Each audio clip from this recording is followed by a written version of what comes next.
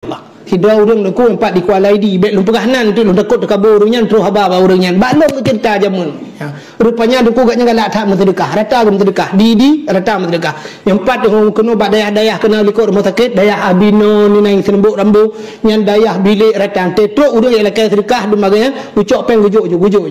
ilun tuan yang pernah lu semayang bak masjid Kuala ID dengku hana siapa-siapa khutbah kan siapa kan lungdu hotel mana lung tebit dengku nak buah agaknya ya pakai je ilung rupanya culak amplop bluk culak nu bukan marto rebe yo pek lu won tanya bapak almarhum bapak nyuna urang jok sedekah yo le ada 3 juta tanya puas halah gujuk gi fikir long kan ku thojok tipulat oh kabutun ku jih menanakai ku geun jih menanakai ku so saya merupak jok sedekah rupanya bak sabah hurah mi mutuah gaknya kan urang maling ya toke tukang blong-blong kut tuke blong-blong kut bak watenyan tengah karu-karu Kuala ID tengah kena perang-perang watenyan tengah perang geminah gede kena bot-bot ID wow bandang wow bandai ho lampulo cukup le bot ID ho lampulo sampai orangnya ku kejil lon telun jak bandar lung jak kena lampulo lu duduk ngau urang bot-botnya tu lihat pegah-pegah abang awak ya rupanya ku cerita bak wate kejadian tsunami bungohnya gaknya peng mesti nyutan kemudah kena jauh kedai dan kuat kena jauh kedai kena ya beli aja biar apa kedai merempak abang kun ba abang kabi peng 10 ribu kuno ya jebi icok peng li abang ge le on 20 ujo on 20 gekun be 10 ribu mendap 10 ribu gicok 10 ribu tak kita mau lang kedai tengah guna tamang lang kedai tro urang la ke sedekah yang bengah tsunami nya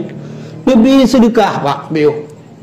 duknan hana peng metang tro udah laki sedekah sebab dengan sering sedekah gesuat peng on 10 ribu gekun dengku na peng balik bak drone ilo kudu aja iya na peng yang 5 ribu ni cok gero gesuat le urang sedekahnya dengku ge balik peng yang 5 ribu ge balik 5 ribu gecok peng 5 ribu tamang lang gede gejebi tengah gejebi ianya muteka te gempa wate teka gempa dengku gudang geri bak jalan urang tengah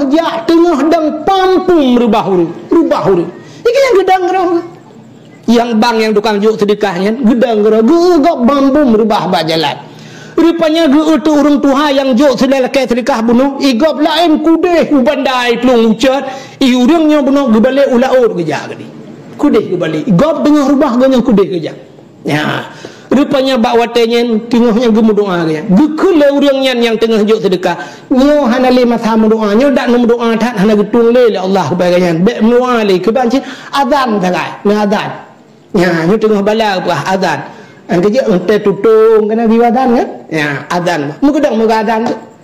Allah ini ande inai Kuala ID mesti go untuk azan